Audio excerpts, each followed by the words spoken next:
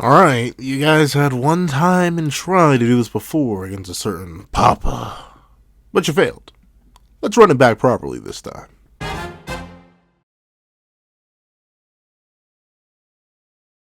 Thank you to our final patrons, Sinus Lancelot, Praise the Sun, Strawbones, and Aaron. And a big thank you to our noise $69 tier patron, Brian. Now, before I hop into this breakdown / review of chapter 65 of Four Knights of the Apocalypse, please leave your own thoughts on the chapter in the comment section down below. Leave a like and subscribe if you haven't already. Also, make sure you hit that little notification bell so you don't miss out on any videos that come to the channel. Also, I do have a Patreon down below. You can support me for as little as $1 a month to get things like exclusive videos, early videos, and other exclusive Patreon content. Now, let's get into the review. What's up, guys? I'm the Pencil. Here we review chapter 65 of Four Knights of the Apocalypse, which is known as The Nightmare New, aka I mean, it's got essentially, think of it as the Four Knights of the Apocalypse get their run back. But let's open up and hop right into the chapter itself. So we get to see that they're sensing, the group at least, of Tristan, Gawain, and Percy are sensing the darkness that's radiating from Leonis because of the advent of our two resurrected commandments. And obviously, it's not the best thing to be sensing right now.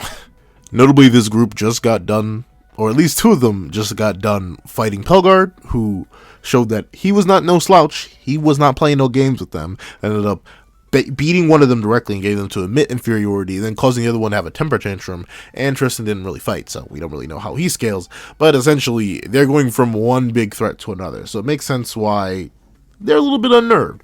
And it's interesting that Percy actually notes that, hey, this is demon magic, but it's so girthy. And not the fact that it's girthy is the fact that I'm picking up, it's the fact that it's still demon magic, even though they're Chaos Galand and Chaos Molascula, and they seem to have some biological differences. Now, notably,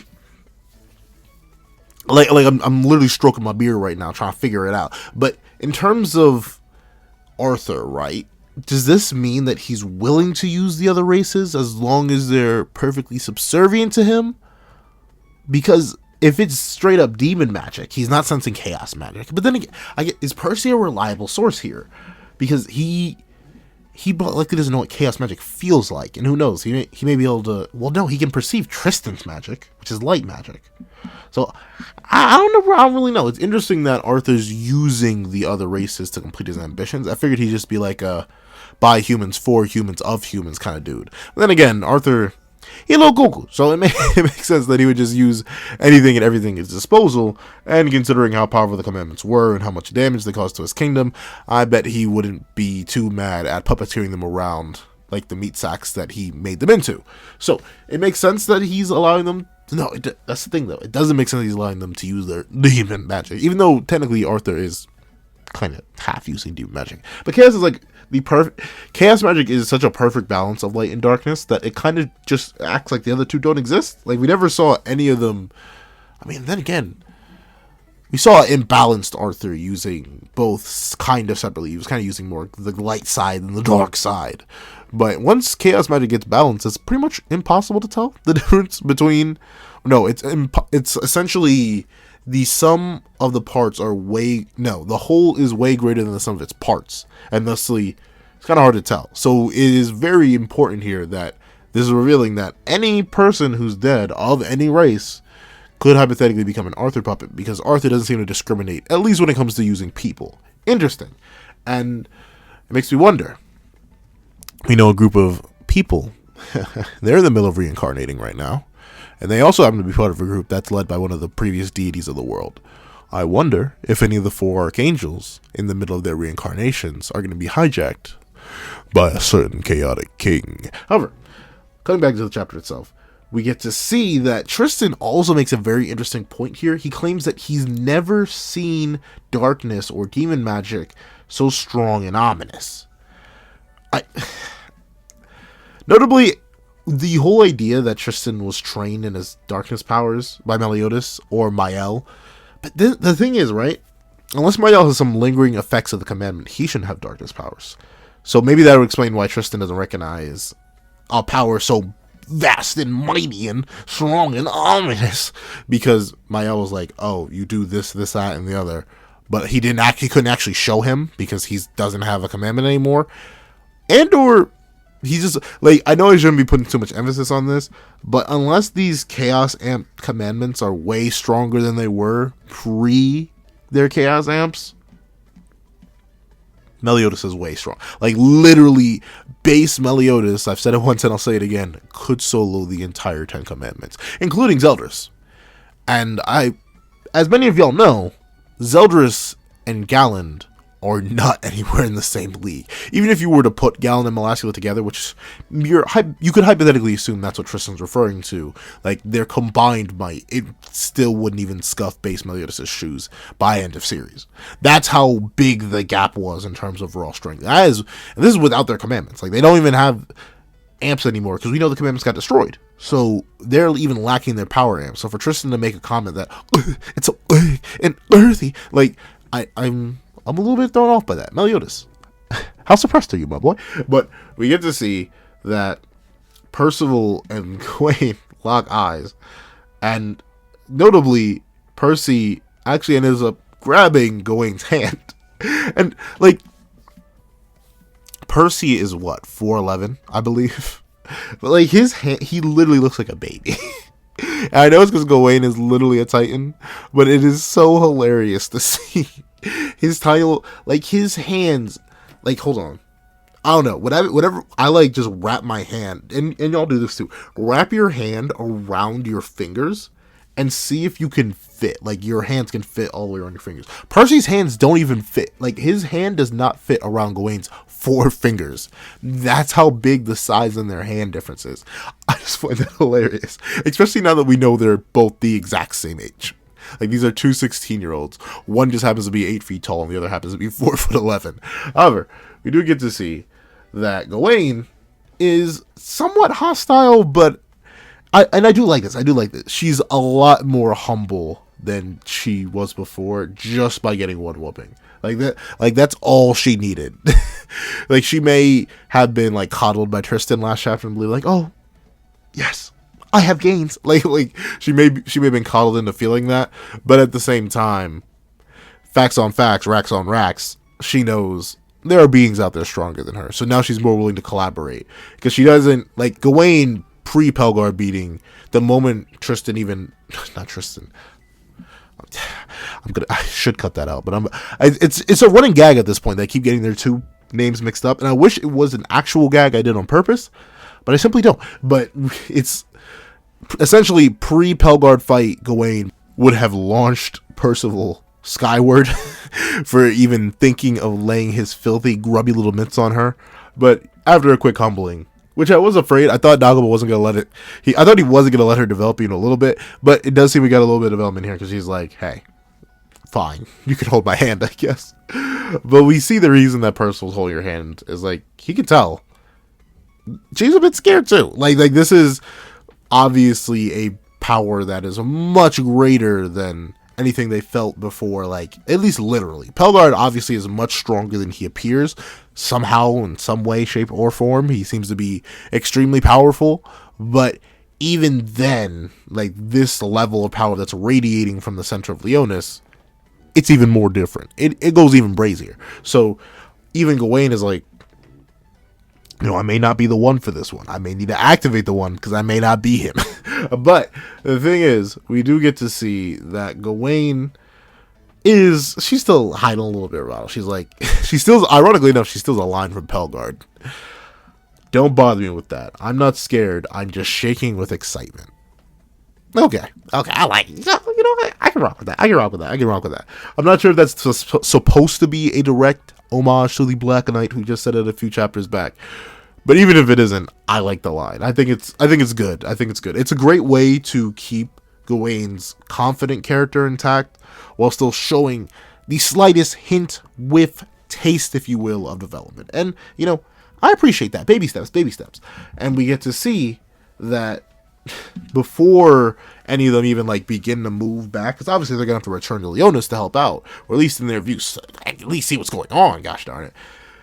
Gawain actually ends up grabbing Tristan and declares that she's going to blow off some steam. And obviously she's just about to use a teleport spell. Once again, very intriguing. I wonder what else is in Gawain's kit that's hypothetical. Like, does she have magic seals? Does she have gains? Well, obviously she has gains. But like, in terms of Merlin's whole entire crazy spell list, what does she have access to? Because so far we've seen absolute cancel and teleport. And while those literally... like, if you had to give me 2 magics in the Seven Deadly Sins world and say, go, thrive, the only other I'd ask for is, like, Perfect Cube, so I can just sit there and do nothing. But, legitimately, she has a really strong kit already, so I'm wondering what else is in there. Like, what else has Merlin back-shoveled into her database to the point that she's this powerful? Just magically, not to talk of even her physicals, which are already obviously insane. She just doesn't know how to use them yet. However, we do get to see that after we cut away from this group and their determination, their resolve to go fix the problem, we cut back to Melascula and Galand. But notably, despite their hype pose at the end of the last chapter to get the spoilers going and to get all of us hyped, they're kind of like indifferent and confused. Like, they just declared themselves as the servant of chaos, but like Melascula's scratching behind the back of her neck, and Galen's got a really bad itch on his chest. And I'm going to go more in depth in my Chapter 62 review, which will be dropping sometime soon. But not Chapter 62, Chapter 64 review. But I don't know, human Galand, like, or human-esque Galand. Like, notably, it just popped into my head thinking this. I wasn't even thinking this before. But notably, his skin texture looks exactly like Droll's. And I know why, because he was revived from his stone self. And it makes sense why he's all big and buff and not Skinny Galand, because obviously Skinny Galand was not the one that got petrified and destroyed by Estarossa. It was Critical Over Galand, and Critical Over Galand is what was restored here. But, I don't know, it's so weird seeing Galand, like, fleshy. I know it's not, like, anything crazy, but, like, all Melascula got was, like, some spots on her outfit and black hair. Meanwhile... the entire texture of Galand's body is different, and it just throws me off. He also, the weird, like, Galand really got fancy for no reason. Like, the weird insect horns, and he constantly has his wings out now. It's not a bad design by any means. Hypothetically, I think I do. Nah, I do. I prefer the original design, but if you're going to reuse an antagonist, and you don't want it to just be a flat-out repeat, what Nakaba does is good here. Redesign, throw in some new elements to the design, and slightly change up their characters, so you get the same nostalgia of the fact that these are characters we know and love from the previous series, but at the same time, they're just different enough that our new characters can interact without it feeling stale. It's a hard line to walk, especially in sequels. I feel like I'm looking at you, Boruto. But essentially, it's a fine line to walk when it comes to reusing certain aspects of your previous series in your sequel series. You can have these, which I think are pretty good. I do like what Nakaba does here, and you can have your Onkos from Boruto. But essentially, the big point here is that both of these people, who are notably quite active sadists, to be completely honest, as we know from the original series. Remember what Galand did the moment he landed in Camelot, he went a-swinging, and remember what Melascula did the moment she appeared, she went slurping. But they're kind of just vibing, like, a little confused even, like they're looking around, and that already implies a very strong character change. And then we get to see that some reason, somehow, Galand doesn't exactly remember what they were doing. Sure, he's declaring certain things, but in terms of, like, his actual motives, what he's doing here, sure, he just declared himself as Chaos Galand alongside Chaos Melascula, and his soul was pulled from somewhere and he was given a new body, but other than that, it's kind of fuzzy. And we see the same cases, actually, with Melascula. Melascula knows only one thing, that the Seven Deadly Sins defeated them. And that's about it. They don't actually remember anything else beyond that. And they have quick glimpses and returns of their memory as time passes and the more they think about it. Like, Galand remembers that he was fighting the man named Escanor and was turned to stone. And Melascula remembers that it was Bandit Bond who did her in, and then Elizabeth took her powers.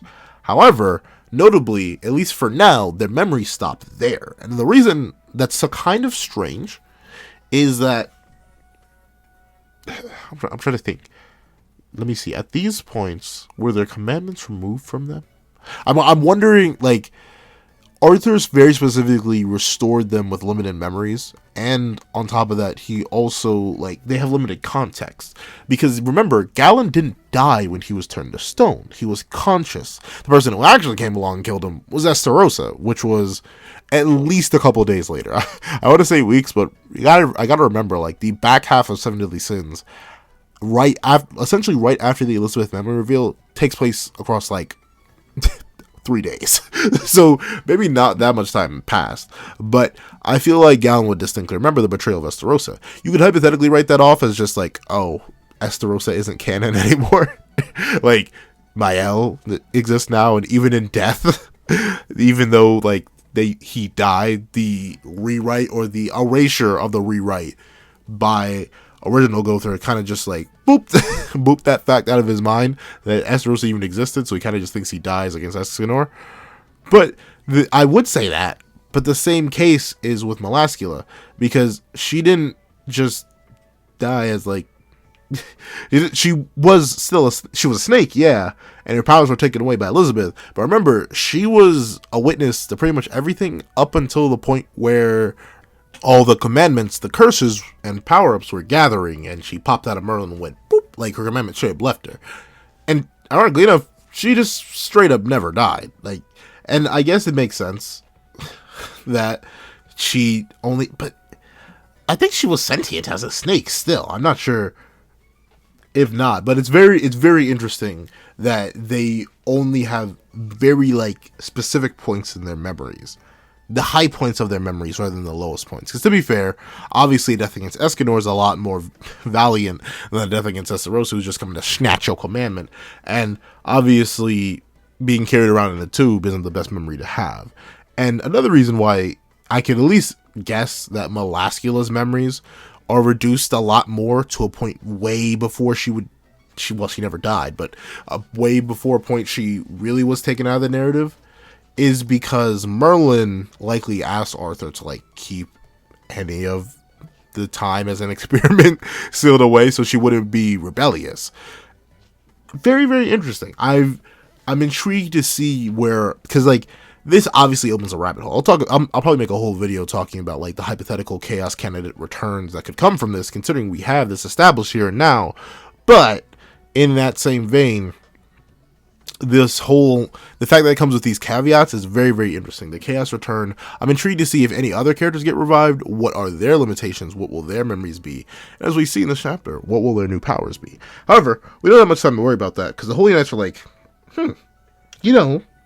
we could just stand here and let y'all figure out your little memory crisis, or we could jump you. And they went with option B, and they all proceed to attack. And notably, like, in my live reaction, check it out on the Patreon. Also, did you know the like button is free? Did you? Did you really? Did you really? Great. But could you press that? Thank you. Also, the subscribe button is free too. It will greatly help me out if you hit that. Thank you very much. However, the thing to note here is that, like, I get it. These are holy knights, so they're probably like braver than the average folk, but they likely have magic sensory abilities at least as good as Percy. They're standing in front of these two monsters. What did they think they were going to do? Like, admittedly, I had a little bit of false hope. Like, oh, maybe the Knights got gains. But if I should have known better, because if these two were even remotely relative to their previous series self, and I believe Nakaba answered in the Q&A, Hauser only is now stronger than Matrona, and we know Hauser is the captain of the Holy Knights. Yeah, it kind of makes sense that these guys would be fodder. But I don't know, like, I feel like the Holy Knights are getting, like, Season 1 Holy Knighted way before they should have been. Like, you couldn't keep them relevant a little bit longer, but, of course, these are Commandment Tier threats, so if everyone suddenly became Commandment Tier, it kind of would suck the juice out of the narrative, suck the soul out of it, if you will.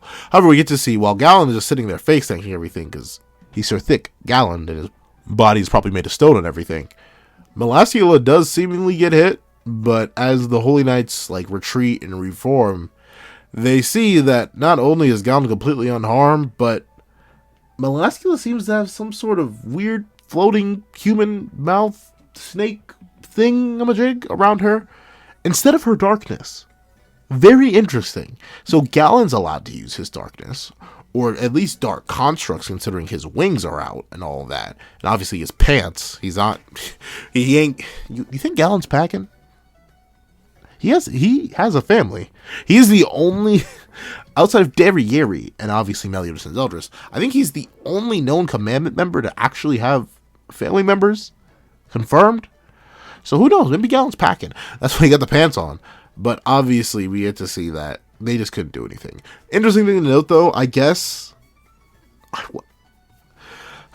Notably, another thing that I want to bring up, I've kind of glazed over earlier. The idea that these two were revived with their want to defeat the seven deadly sins intact implies that Arthur resurrected them maybe through a similar means that Melascula resurrects people. Notably, her manipulation, or her specific ability, was the pure manipulation of souls. And if you'll remember, Elaine came back to life in the previous series because she had great regrets in life, and thusly she wanted to come back and correct those. That was the criteria for fitting into Melascula's spell, and that's why when Elaine lost those, she kind of was struggling on the edge. You needed that anger, that rage, that fury to come and fuel you in order to take your destiny in hand. 7 rings in hand. I'm sorry.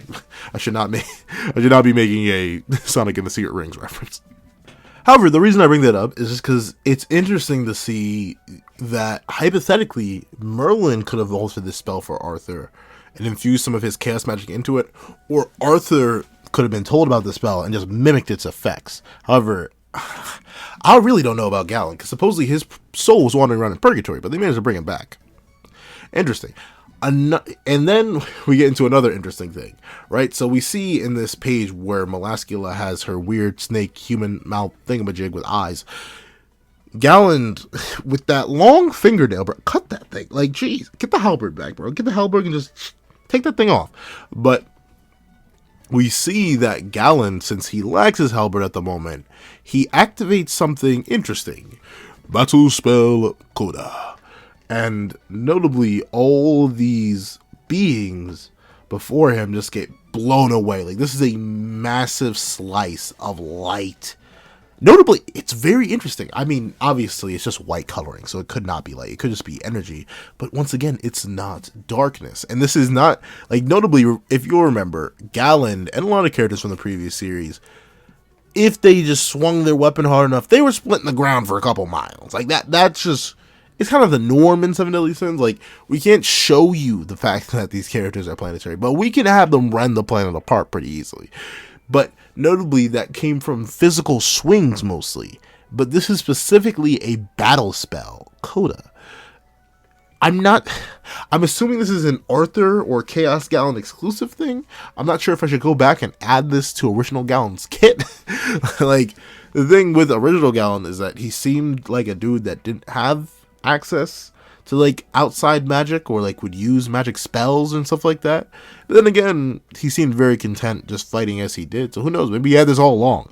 But ironically enough, this is a very powerful magic spell from someone who's mostly considered a brute. And we get to see that it just tears through the entire kingdom.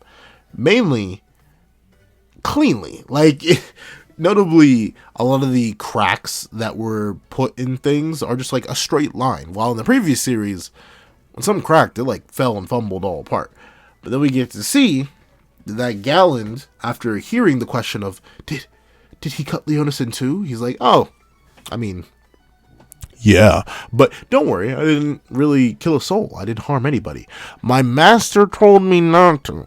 So many questions here, right? Like, at the very end of the last chapter, we get to see Galand be revived. Like, in terms of him appearing within the mortal realm, quote unquote, it only happens at the very tail end, the back foot of the previous chapter. So, what that mean, though? Nah, but actually, straight up, what does that mean? Does it mean that Like how I'm really interested in how this resurrection spell works. Mainly because Melascula is the one who resurrected Galand specifically. We don't know how Melascula was not necessarily resurrected. She was never dead, but at least not confirmed dead, I don't think. But Melascula could have just been, filled with some chaos miasma. Arthur could have stuck it in her, if you know what I'm saying. Like, he straight up could have just filled her guts up with some chaos magic, her snake guts, and just, boom, ballooned her back into her human form. But Galand specifically just got back from purgatory, yet he's already acknowledging Arthur as his master. I know it's like a big, hefty leap. Like, oh, well, he already called himself Chaos Galand. Like, obviously he's working for King Arthur. But I don't know, the fact that he just revived and he's already feeling this well and he's able to clearly and clairvoyantly call Arthur his master, once again, it shows the character flip. Like Galand in the previous series, when faced with Zeldris when he wanted to go out and have some fun, Zeldris, someone who could have mopped him in that moment, he laughed in his face and went and did something anyway.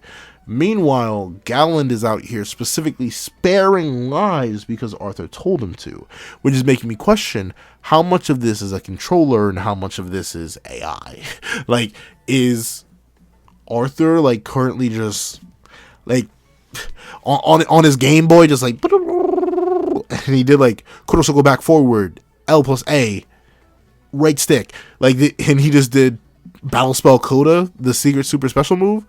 Or is this literally just Galand acting of his own volition? Because if it's his own volition, I'm not sure if that's character development or character regression or like just like out of character. Because like Galand, I mean, I know for a fact if the Demon King ever said, "Ayo, Galand, chill, my boy," like he definitely would. He seems, but then again, he didn't respect Zeldris' authority, and Zeldris is literally the Demon King's representative. So Galand calling anyone his master is kind of brazy, if you ask me. But who knows? We get to see, though, that Galand, in the name of his master, declares that since the only people he wants to harm are those of the other races and those who belong and support the 7 and the 4, that like people fall. Like, notably, I love Nakuba when he goes a little bit brazy, if you will. Like whenever Nakuba decides, like, like, this manga ain't for kids, bro. I love it. Because, like, notably, we get to see Dude, Homeboy, who, if you look in the previous panel, he was, like, facing the Battle Spell Coda head on. We see that he has a line down his face, and even one of his men tells him that. But then we get to see he splits. Like, he splits straight down the middle. Ironically enough, his sword doesn't split, which implies that he didn't have it out in time. So his body was holding it together by sheer... I was going to say willpower, but cartoon logic. And then he just splits straight down the middle, splattering his life juice everywhere. And then, more icing on the cake, we get to see the giant that Percival and Meliodas were taking a ride from earlier is sliced in half. Somehow, though. Like, I don't know how. Like, looking at it, like, notably the fairy on the bottom of the page makes sense. Like, he literally just could have been flying and then boom, sliced down the middle. But like this shot where we see the giant's like upper body just laid out, that implies that the giant was just laying down on the ground waiting to get sliced open. I don't know. Like, I don't see how he could have been in a standing position and got sliced from that direction. Maybe he was leaning down to pick somebody or something up, which we know he does do. So who knows? Maybe it's that. But even that is whatever. But semantics, obviously, Galand ain't playing no games. He did really cut that dude up. No mercy, no hesitation. So that means that Arthur is serious about the business. However, he's serious about the business when it's convenient for him. Because obviously, if he was really serious about the business of humans, by humans, for humans, on that Mubong Park type beat, like, he really, really would have read God of High School, like you need to do. Also, do you know the like button is free? I'd really appreciate if you hit that. Also, the subscribe button is free too. You can hit that as well. Also, if you like the video so far, you can share it with other people. Thank you. But the thing is, we get to see that obviously this level of power, this level of damage, it's finally waking up the big dude up top.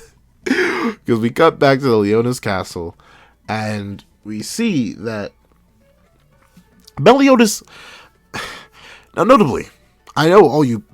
I say all you. I know some people in the comments are gonna be like, "See, he was staying here to go." No, this chapter reveals that Meliodas is like Nakaba could have spun this so much better. Who knows? Maybe it's a translation thing, but he could have spun this so much better. Like this just implies that Meliodas has been sitting around and doing nothing. Like he's been standing out and looking over things, but realistically doing nothing. Like he's just been vibing. And like, you know, I appreciate a good vibe myself, my dude. But like, your kingdom was under attack. And one of the 4 knights got stolen from right under your nose. If it was anybody else, like this kind of just reveals that Meliodas would have straight up lost one of the 4 knights. Like, Meliodas isn't this stupid. I'm not gonna lie, that's some bad character writing.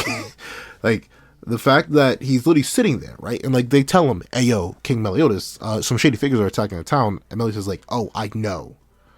And Meliodas is literally just sitting there, admitting that he can sense all this magic. Like he's like, this is Galand and Melasculus magic, with some chaotic power mixed in. Arthur must have resurrected them. The question is, what do they want? If they seek revenge against me, are they attacking us directly? Bro. That doesn't really matter. Kill them again. like, is that bad for me to say? Unalive them again. Like, send them back to purgatory. Straight up, like, Meliodas, you're acting like you don't have complete control of it. Like, Trillion Dark out the window and into their bodies. Like, allowing them to exist is more of a liability than not. Your people are dying now, man. Like, this isn't...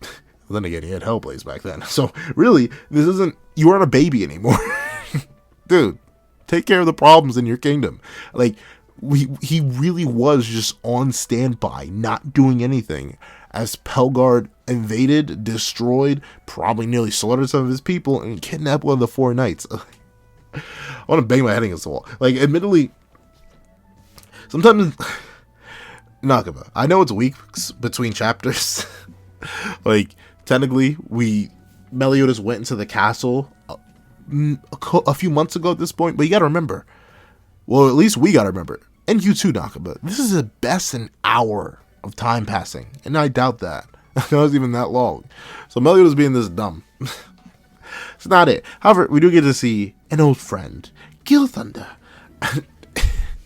I guess at this point he's Meliodas' royal advisor.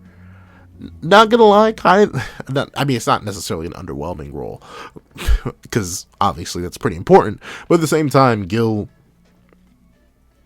why aren't you on the front lines? But, of course, we get to see that Gilthunder, being the strategist, is like, well, it seems like this attack is kind of a diversion. Like, if they really wanted to do something, they would have struck the castle at this point, but they didn't. They're attacking something else, meaning they want to draw our attention away from something. And very, very true, Gilthunder. So maybe you should tell Meliodas, the guy who we know has at least, let's see, Hellblaze, Trillion Dark, regular Darkness Tendrils.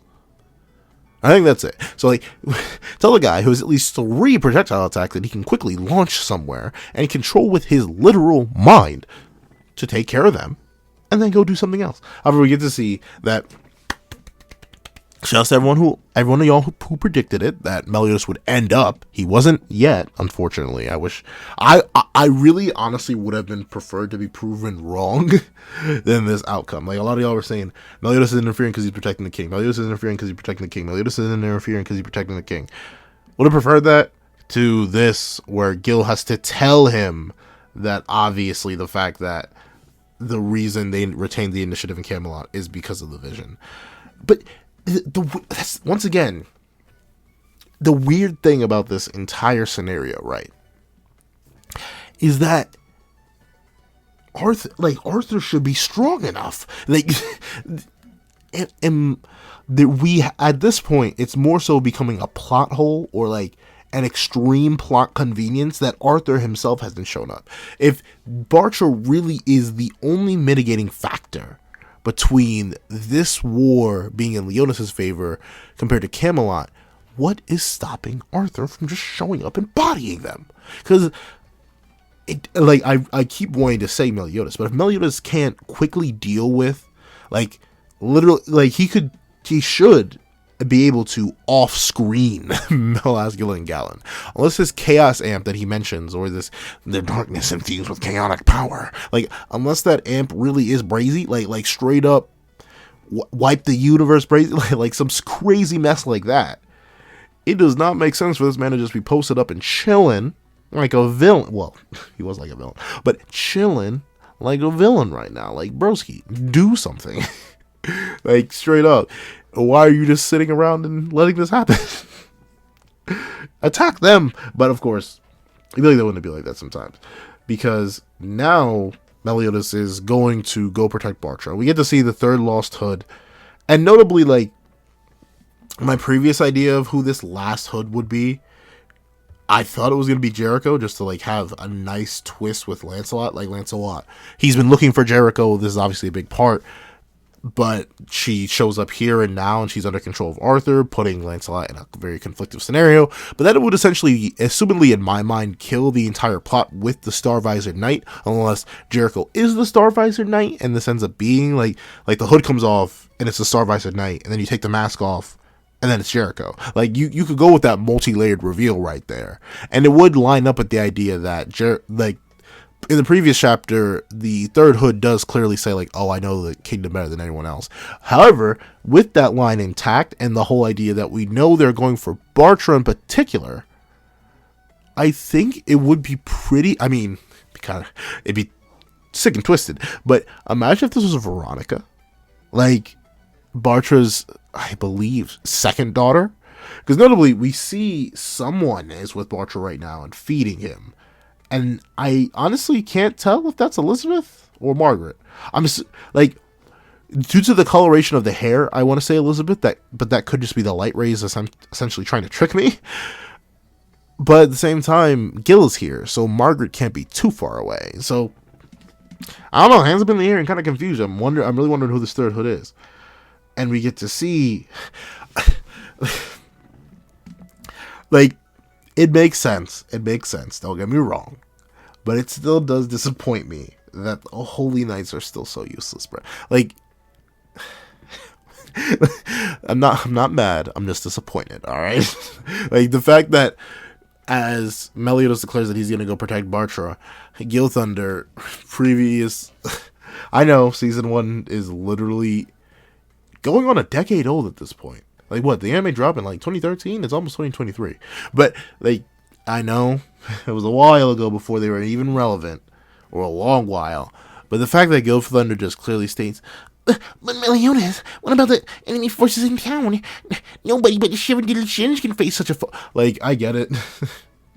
It was the name of the previous series.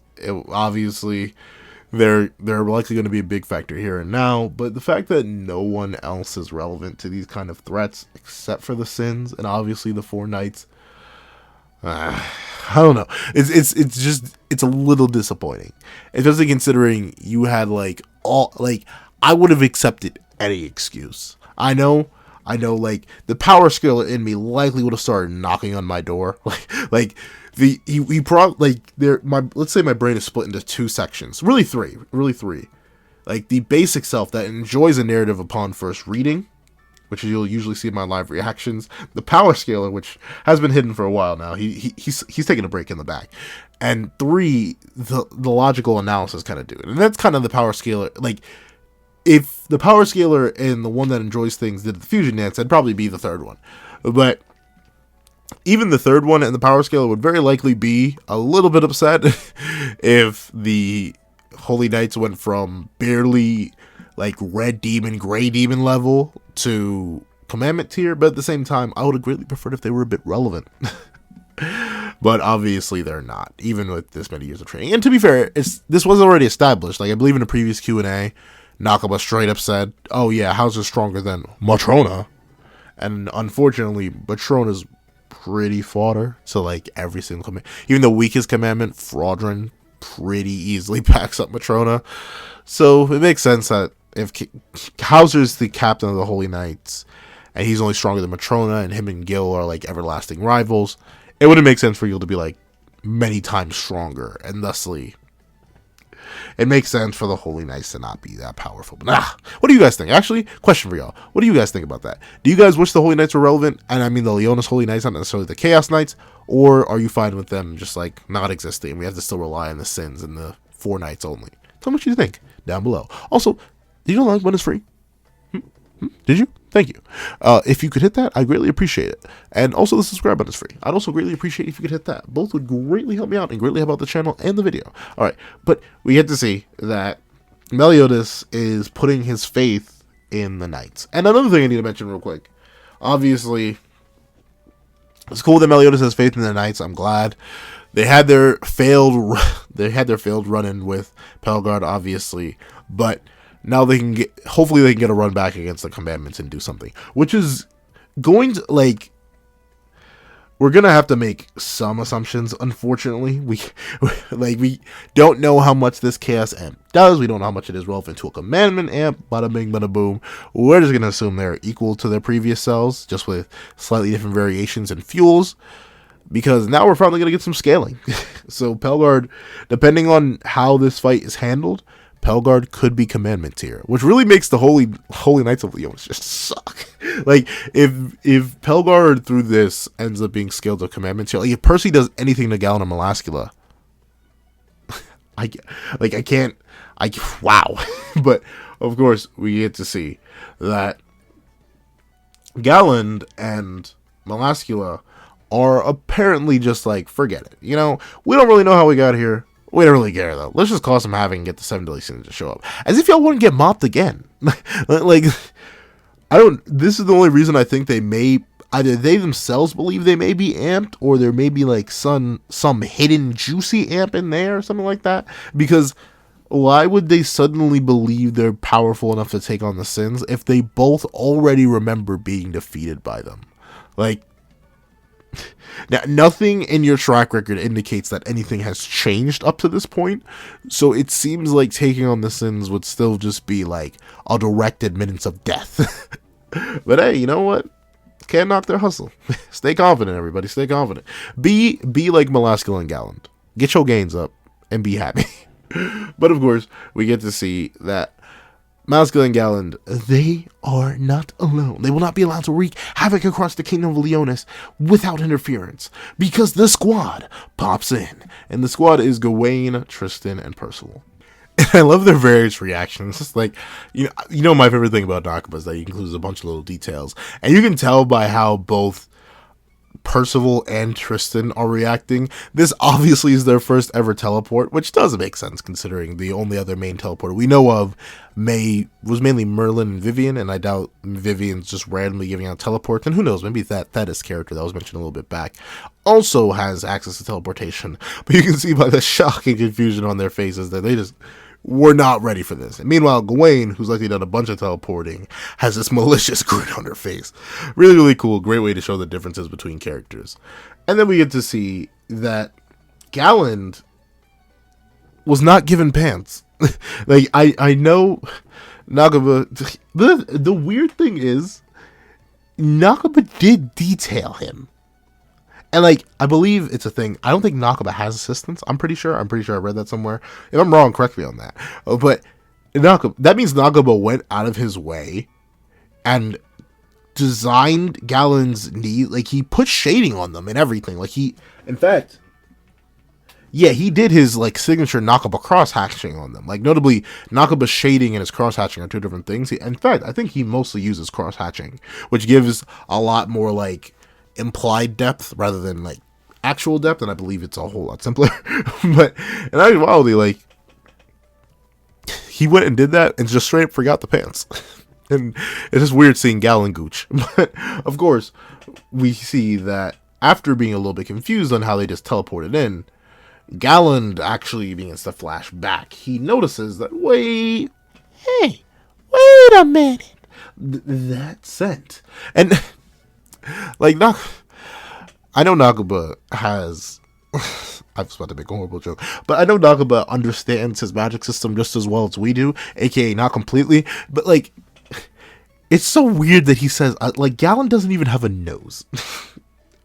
Yet he somehow says, the scent of this woman's magic. Scent? So we can smell magic now. So first we had a sixth sense for it. Then we could tell who it was. Then we couldn't tell who it was. Now you can smell it. You can tell its girth too, I bet. Like, legitimately, we hopping all over the place. However, it is very interesting to see that Gawain, even when, like, not flexing all out, does inherently remind Galand of Escanor. Like, completely. The sun magic is still there. Which, the reason I find that so interesting is because I still believe, like, sun is different for every single user. Like, completely different for every single user. We've seen that so far. I know we've only had 3, but look at Mael. Mael, unless you knew what sun magic was like and or he was legitimately flexing it, you couldn't tell he had sun. He had no mutations, no external energy radiation, none of that. Even when he popped up his aura, it was a simple fiery aura. Like, there was nothing fancy about it. Meanwhile, then you had Escanor, who would mutate and grow because his body wasn't meant for the power, and he would burn himself up, symbolizing how Sunshine was essentially burning his life away.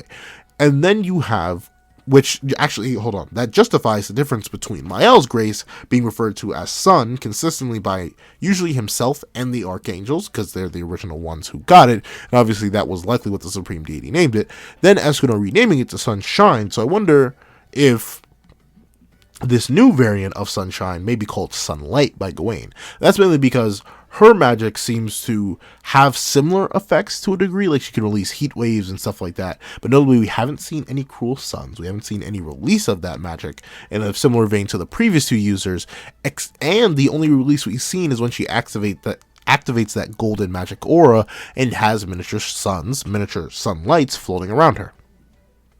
Interesting. I wonder if it's just going to be called Sunshine again, but who knows? I do like the image of Escanor, though.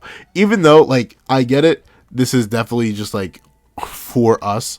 But, notably, the continuity is a bit off there. Like, Galand never saw the one. Ever. So, even Melascula didn't. So, none of them should know what the one looks like. No one in this current vicinity should know what the one looks like. I just find it funny. But then we get to see that Galand and Melascula also proceed to sense Tristan. And notably, this is an interesting thought that I wondered about for a while, because it's kind of common in other series, like, because it's still so fresh in my mind, even though I haven't read it in a while.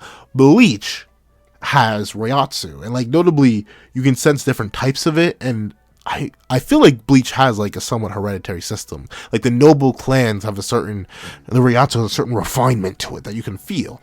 So it's cool to see that hereditarily, even if the magic is a different magic, like notably Tristan is, unlike Gawain, simply does not have some variation of Sunshine, which is the previous magic Escanor wielded, but she actually just, like, Gawain has the actual magic, meanwhile Tristan is the son of Elizabeth and Meliodas, yet according to Galand and Melascula, he feels just the same. Like, his magic, his dark magic and his light magic is exactly the same.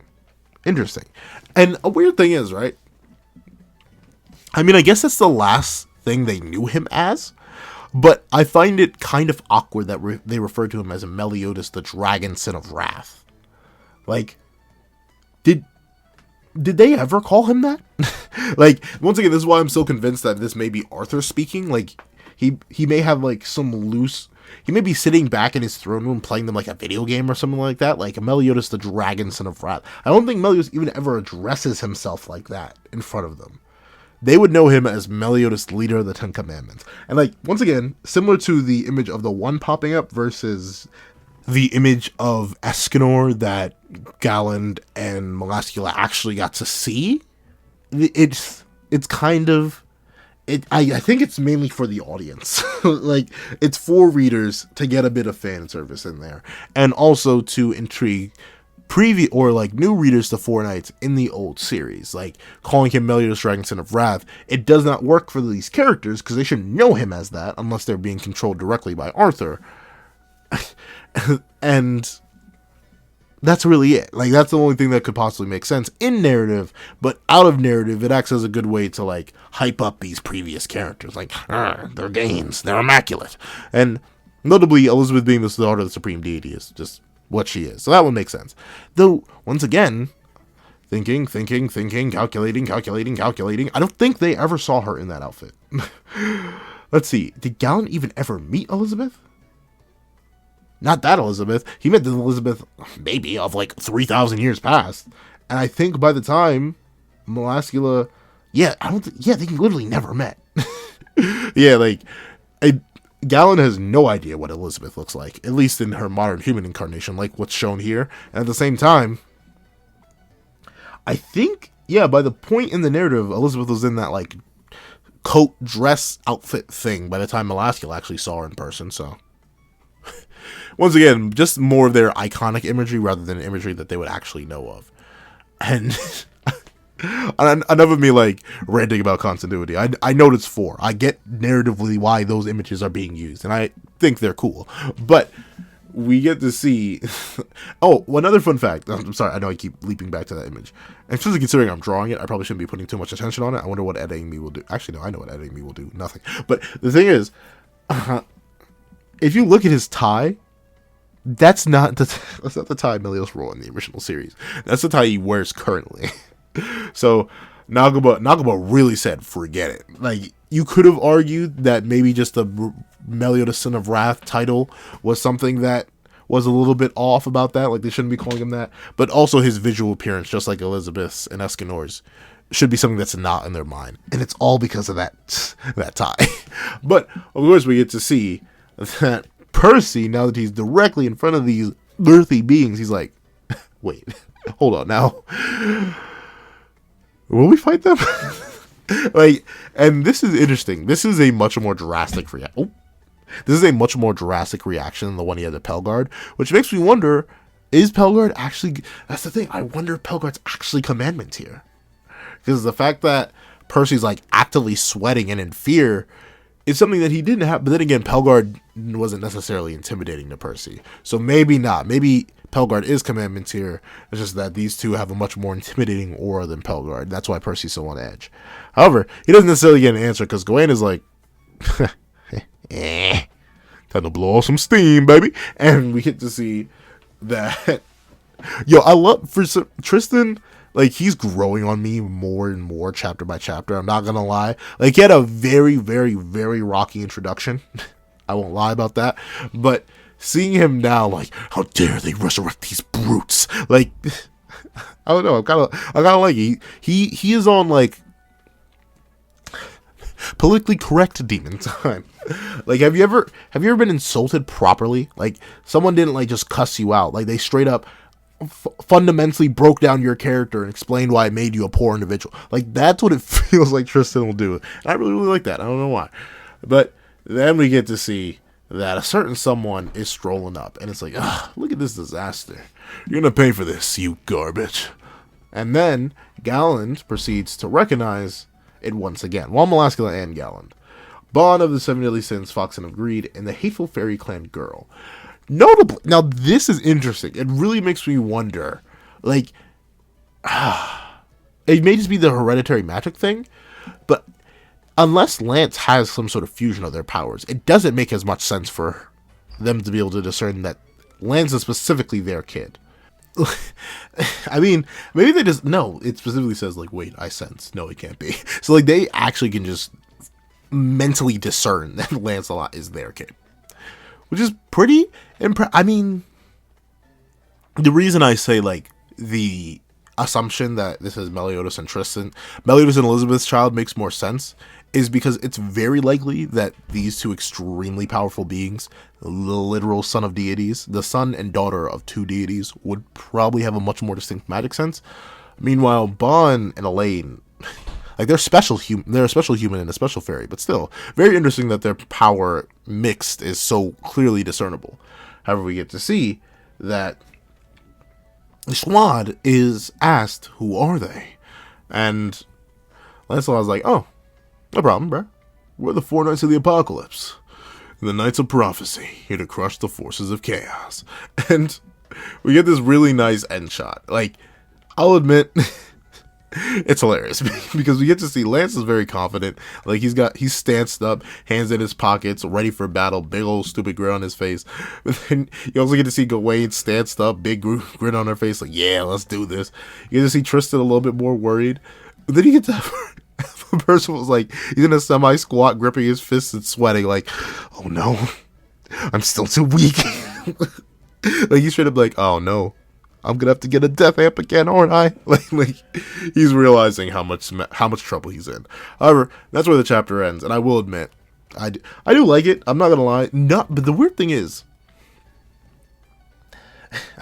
is this gonna sound awkward? Nothing happens in this chapter. Like we kind of just get things. Like the only thing that really happens is that the four knights regather, but. And obviously, this is going to sound bad, some people perished. But in terms of, like, plot progression, this was, if there was a perfect example for, like, an intermediary chapter, this would be it. Because literally, all we get is some context. We get the kids warping back. We get some context for Melaskiel and Galand's resurrection, which is important, I will admit, but it doesn't necessarily tell us anything too deep. It just leaves us for inferring stuff. We get a pretty meaningless fight between the Holy Knights and the Commandments. We get to learn that there's still I mean, I guess stuff happens, but it's not like meaty, juicy stuff. Like last chapter, chapter 64 was loaded. Like straight up peak chapter, obviously. Love it. That's why I gotta still drop the review on it, even though it's a week late. But in terms of this chapter, it's cool to get all this context, and it's cool to start to theory craft, obviously. But in the same vein, it was pretty high. However, those are my thoughts. Please tell me your thoughts in the comment section down below. Thank you so much for watching. Remember to like, share, comment, and subscribe. Make sure you hit that little notification bell so you miss out on any videos that come with the channel. Also, I'll do a Patreon down below. You can support for as low as $1 a month to get exclusive Patreon content. Thank you so much for watching once again, and I hope you guys have a wonderful day. This is Dago the Pencil, writing off.